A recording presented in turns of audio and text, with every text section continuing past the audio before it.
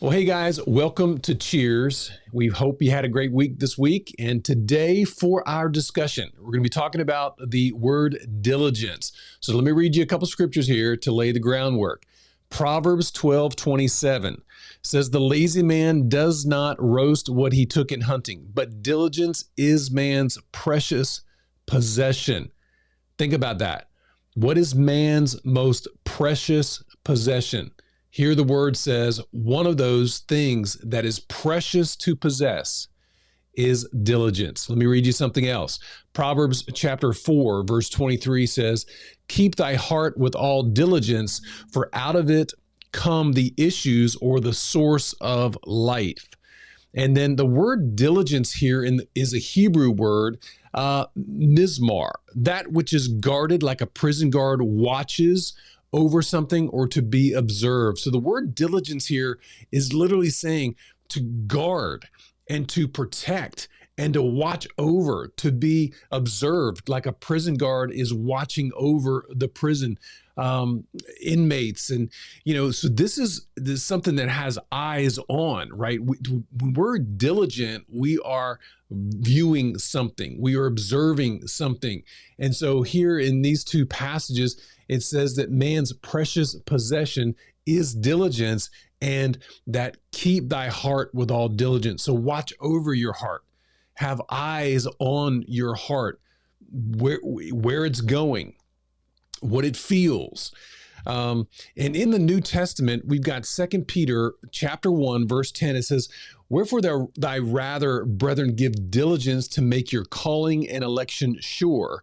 For if you do these things, you shall never fall." So here he's telling us to be diligent to make our calling sure. Now, we just came through a series not too long ago, Run to the Roar, and it identified or helped us identify what our calling is, what our purpose in life, why we were placed on this earth, why we were created. Here, now, this word diligence comes into play with our calling, saying, be diligent to or observe, right? Have eyes on, protect and guard your calling and to make it sure.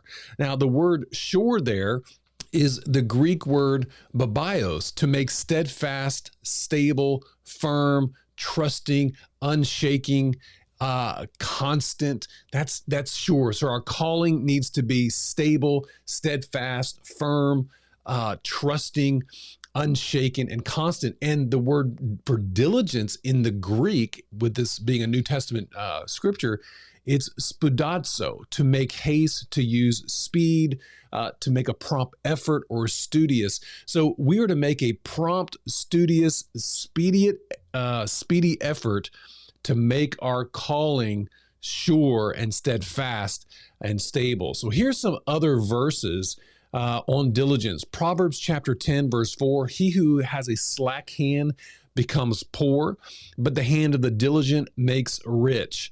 Proverbs 12:24, "The hand of the diligent will rule, but the lazy man will be put to forced labor."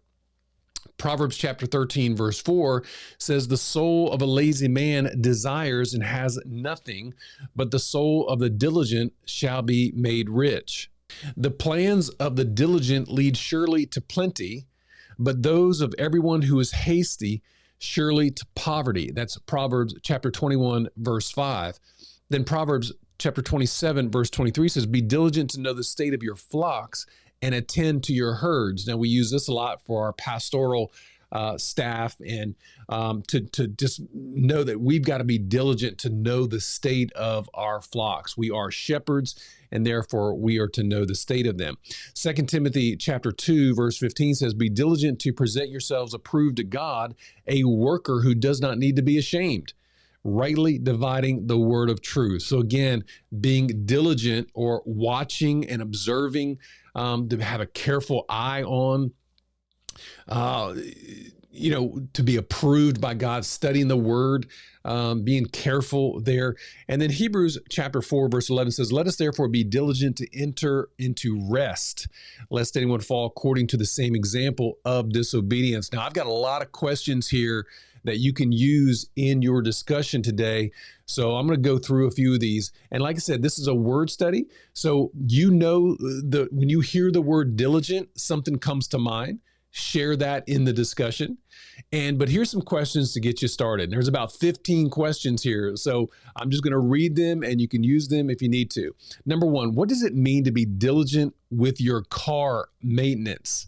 Right? So if we put this in a practical term, we might understand the word diligent a little better. Number two, what does it mean to be diligent with your yard maintenance? And number three, what does it mean to be diligent with your home maintenance, right? These are all aspects that we have to be diligent with. Number four, what would it look like to not be diligent with your car, yard, or home? Number five, diligent looks like what? Number six, lack of diligence looks like what? These are two different things. And so I need to put these in there as a question. Number seven, what does being diligent with our calling look like? So your purpose, your calling, what God's asked you to do, what does it mean to be diligent with that? Number eight, what does not being diligent look like with our calling, right? We want to look at both sides of this. So we want to see what being diligent looks like and what not being diligent looks like. Then more practically speaking, when it comes to your calling, when it comes to podcasting, so if your calling is podcasting, what does diligent look like or being diligent look like with podcasting? When it comes to writing a book, what would diligence look like? When it comes to serving in the community, what would diligence look like? When it comes to building relationships, what does diligence look like? When it comes to reading the Bible, what does diligence looks like? When it comes to prayer, what does diligence look like? And when it comes to college or studying to learn something, what does diligence look like? You know, when the Bible tells us that diligence is man's prize possession, I mean, we need to take note of that, right? I mean, this is something that we've got to have. Now, we know that we have to have diligence, but we sometimes put diligence in certain areas. Maybe we're diligent with our yard. Maybe we're diligent with our car, but we're not diligent with our relationships. Maybe we're diligent with our relationships, but we're not diligent with our finances.